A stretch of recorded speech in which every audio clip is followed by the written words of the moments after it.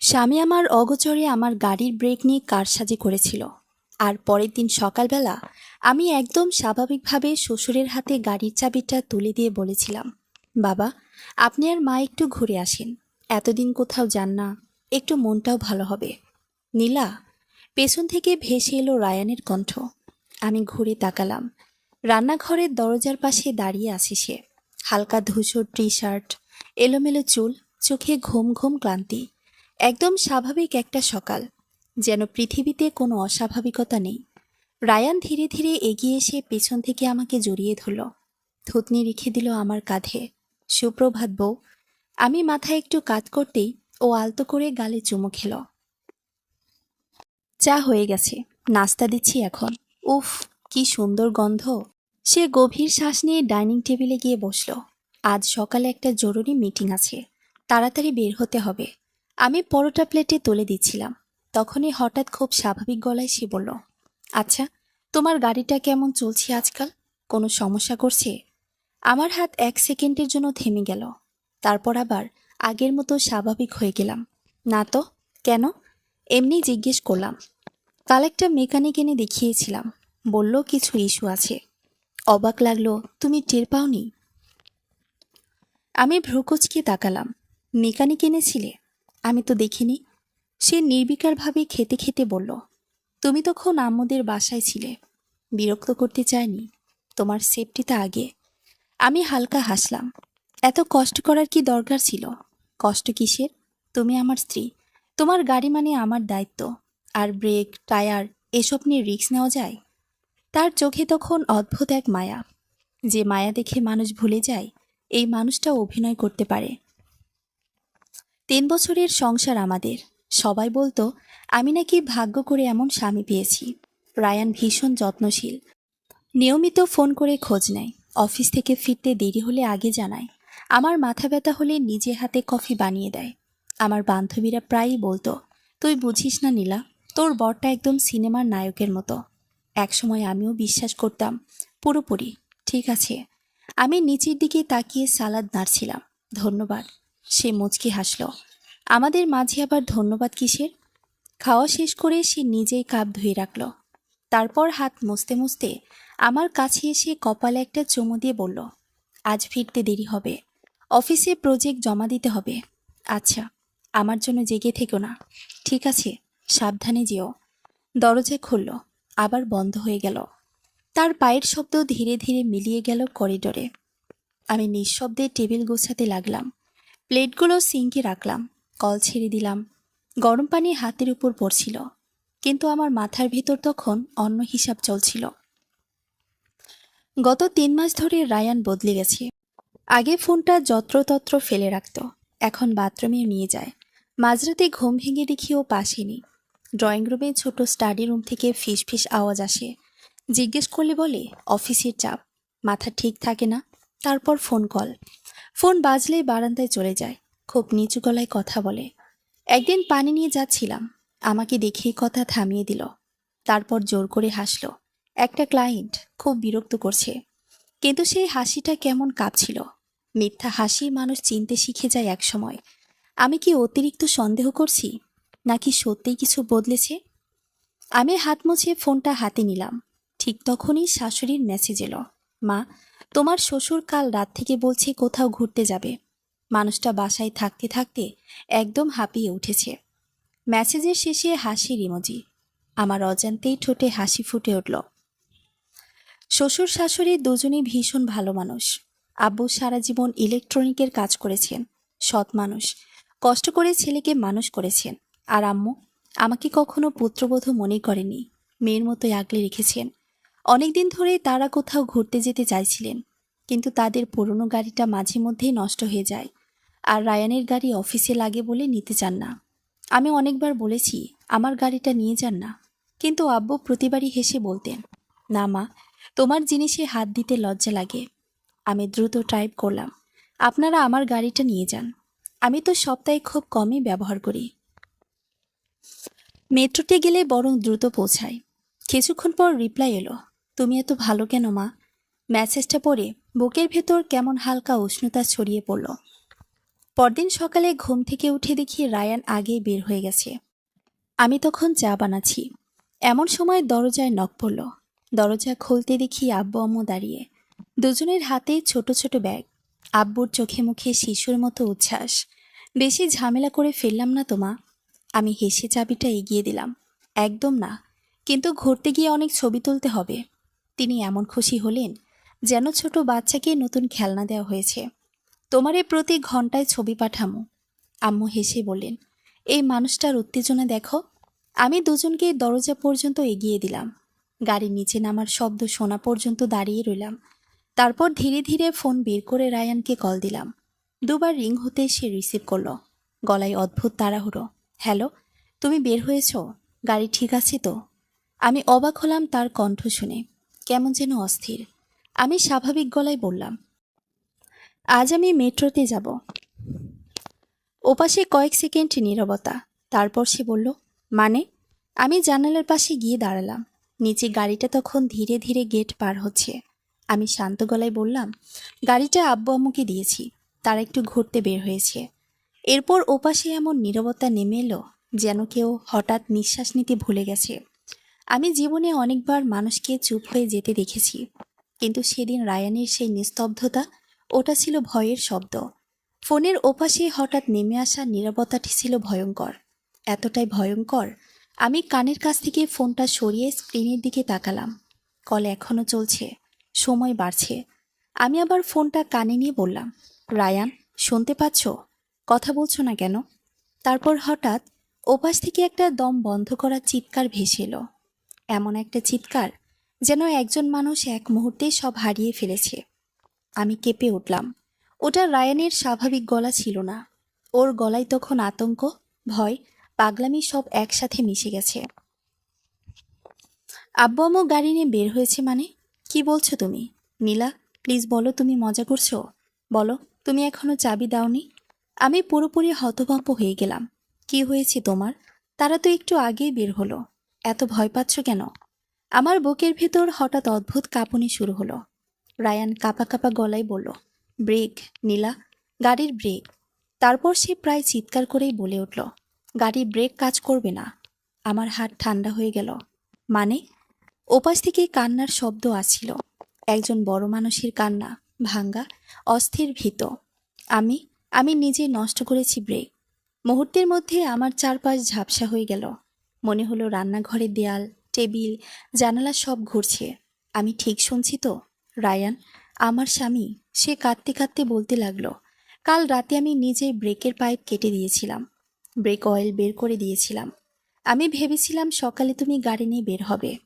আমার নিঃশ্বাস বন্ধ হয়ে আসছিল, গলা শুকিয়ে কাঠ। তুমি কি বলছো? ওপাশে রায়ানের কান্না আরো বেড়ে গেল। আমি তোমাকে সরিয়ে দিতে চেয়েছিলাম। আমি আমি রূপাকে বিয়ে করতে চেয়েছিলাম। তোমার নামে থাকা শেয়ার, ফ্ল্যাট সব ফিরে পেতে চেয়েছিলাম। আমার হাত থেকে ফোনটা মেঝেতে পড়ে গেল। একটা শব্দ হলো, স্ক্রিন ফেটে গেল। তবুও ওপাশ থেকে রায়ানের চিৎকার ভেসে আসছিল, নীলা, প্লিজ, আব্বু আম্মুকে বাঁচাও। তারা যদি ফ্লাইওভারে উঠে যায়, গাড়ি থামাতে পারবে না। আমি দাঁড়িয়েছিলাম, কিন্তু মনে হচ্ছিল পা দুটো আমার শরীরে না। 3 বছরের সংসার, যে মানুষটা প্রতিদিন সকালে আমার কপালে চুমু খেত, যে মানুষটা একটু আগেই বলল তোমার নিরাপত্তা আগে, সেই আমাকে মেরে ফেলতে চেয়েছিল। আমার বুকের ভেতর কিছু একটা ভেঙে যাচ্ছিল। সবচেয়ে ভয়ঙ্কর ছিল একটা জিনিস, আমি নিজের হাতে মৃত্যুর গাড়িটা তুলে দিয়েছি এমন দুইজন মানুষের হাতে, যারা আমাকে নিজের মেয়ের মতোই ভালোবাসে। হঠাৎ যেন ভেতর থেকে একটা আওয়াজ এলো, আব্বু আম্মুর কোনো দোষ নেই। আমি ঝটকা দিয়ে নিচু হয়ে ফোনটা তুলে নিলাম। হাত কাঁপছিল এত বেশি, নাম্বার প্রেস করতেও কষ্ট হচ্ছিল। প্রথমে আব্বুকে কল দিলাম। রিং হচ্ছে হচ্ছে কেউ ধরছে না। ধরুন, প্লিজ ধরুন। আমি দরজা খুলে দৌড়ে বেরিয়ে গেলাম। লিফটের জন্য অপেক্ষা করার মতো ধৈর্য ছিল না। সিঁড়ি দিয়ে প্রায় পড়তে পড়তে নিচে নামছিলাম। শ্বাস কেটে যাচ্ছিল। বারবার ফোন দিচ্ছিলাম, কেউ ধরছে না। নিচে নেমে দেখি গাড়ি নেই, তারা বের হয়ে গেছে। আমি এবার আম্মুকে ফোন দিলাম। দীর্ঘ রিংয়ের পর ওপাশ থেকে হাসি খুশি গলা ভেসে এলো, হ্যাঁ মা, আমরা তো বের হয়ে গেছি। তোমার আব্বু গাড়ির আরাম দেখে এত খুশি। আমি কাপা গলায় বললাম, আম্মু, প্লিজ ফোনটা স্পিকারে দেন। এক্ষুনি। আমার গলার আওয়াজ শুনেই তিনি চুপ হয়ে গেলেন। কিছু সেকেন্ড পর আব্বুর গলা শোনা গেল। কি হয়েছে মা? আমি রাস্তার মাঝখানে দাঁড়িয়ে কাঁদতে কাঁদতে বললাম, আব্বু, গাড়ির ব্রেকের সমস্যা, খুব বড় সমস্যা, ধীরে চালান, হঠাৎ ব্রেক চাপবেন না। ওপাশে কয়েক সেকেন্ড নীরবতা। তারপর আব্বুর গলা বদলে গেল, গম্ভীর, সতর্ক। ব্রেক কাজ করছে না নাকি? হ্যাঁ, রায়ান বলেছে ব্রেক অয়েল নেই। প্লিজ আব্বু, গাড়ি ধীরে সাইডে নেওয়ার চেষ্টা করেন। আব্বু অনেক বছর গ্যারেজে কাজ করেছেন, তিনি গাড়ি সম্পর্কে ভালোই জানেন। তিনি দ্রুত বললেন, আমরা এখন ফ্লাইওভারের দিকে উঠছি। আমি গিয়ার কমিয়ে স্পিড কমানোর চেষ্টা করছি। হঠাৎ আম্মুর আতঙ্কিত চিৎকার শোনা গেল, ওগো, গাড়ি থামছি না। তারপর লাইন কেটে গেল। আমি রাস্তার মাঝখানে দাঁড়িয়ে রইলাম। চারপাশের মানুষ তাকিয়ে আছে, কেউ কিছু বলছে না। আমি শুধু কাঁদছিলাম, আল্লাহ, তাদের যেন কিছু না হয়। ঠিক তখন পাশ দিয়ে একটা সিএনজি যাচ্ছিল। আমি হাত তুলে থামালাম। ড্রাইভার আমার মুখের অবস্থা দেখে ভয় পেয়ে গেল। ভাই, দ্রুত ফ্লাইওভারের দিকে চলেন প্লিজ। সে আর কিছু না বলে গাড়ি ঘুরিয়ে দিল। পুরো রাস্তা জুড়ে আমি ফোন করেই যাচ্ছিলাম, কখনো আব্বুকে, কখনো আম্মুকে। কেউ ধরছে না। আমি কাঁপতে কাঁপতে জরুরি সেবায় ফোন দিলাম। বললাম, একটা গাড়ির ব্রেক ফেল করেছে। এর মাঝে আবার ফোন বেজে উঠল। রায়ান। আমি ফোন ধরতেই চিৎকার করে উঠলাম, আর কি চাও তুমি? তোমার জন্য তোমার বাবা মা মরতে বসেছে। ও পাশে সে কাঁদছিল, একদম ভেঙে পড়া মানুষের মতো। নীলা, আমি রাস্তায় বের হয়েছি, আমি ওদের খুঁজছি। তুমি কিছু জানতে পেরেছ? আমি চোখ বন্ধ করলাম, আর প্রথমবারের মতো বুঝলাম যে মানুষটাকে আমি সবচেয়ে বেশি বিশ্বাস করতাম, সে আমার জীবনের সবচেয়ে বড় দুঃস্বপ্ন। আমি ফোনটা কেটে দিলাম। হাত কাঁপছিল, শ্বাস নিতেও কষ্ট হচ্ছিল। সিএনজিটা দ্রুত ফ্লাইওভারের দিকেই ছুটছিল, আর আমার মনে হচ্ছিল প্রতিটা সেকেন্ড যেন কারো জীবন মৃত্যুর হিসাব। হঠাৎ সামনে গাড়ির লাইন থেমে গেল। চারদিকে হর্ন, মানুষের চিৎকার। ড্রাইভার সামনে তাকিয়ে বলল, আপা, সামনে মনে হয় বড় অ্যাক্সিডেন্ট হয়েছে। আমার বুকের ভেতরটা ধপ করে নেমে গেল। আমি আর এক সেকেন্ডও অপেক্ষা করিনি। সিএনজি থেকে নেমে দৌড় শুরু করলাম। গাড়ির ফাঁক দিয়ে সামনের ভিড় ঠেলে সামনে এগোচ্ছিলাম। শ্বাস কেটে যাচ্ছিল, চোখ ঝাপসা হয়ে আসছিল। দূর থেকে অ্যাম্বুলেন্সের সাইরেন শোনা যাচ্ছিল। আর তারপর আমি গাড়িটা দেখলাম, আমার কালো গাড়ি। ফ্লাইওভারের কংক্রিটের দেয়ালে সজোরে ঘষা লেগে সামনের অংশ দুমড়ে গেছে। ইঞ্জিন থেকে ধোঁয়া বের হচ্ছে, কিন্তু পুরো গাড়িটা উল্টে যায়নি। আমি স্থির হয়ে তাকিয়ে রইলাম। এক মুহূর্তেই বুঝে গেলাম, আব্বু শেষ মুহূর্ত পর্যন্ত গাড়িটা সামলানোর চেষ্টা করেছিলেন। নিজের অভিজ্ঞতা দিয়ে গাড়িটাকে দেয়ালের সঙ্গে ঘষে স্পিড কমিয়েছেন। আমার চোখ ভিজে গেল। আমি দ্রুত গেলাম স্ট্রেচারের দিকে। দুজন মানুষকে বের করা হচ্ছে, রক্তে ভেজা মুখ, কাটা দাগ, অচেতন শরীর। আম্মু কষ্টে চোখ খুলে গঙ্গা ছিলেন, আব্বু পুরোপুরি অজ্ঞান।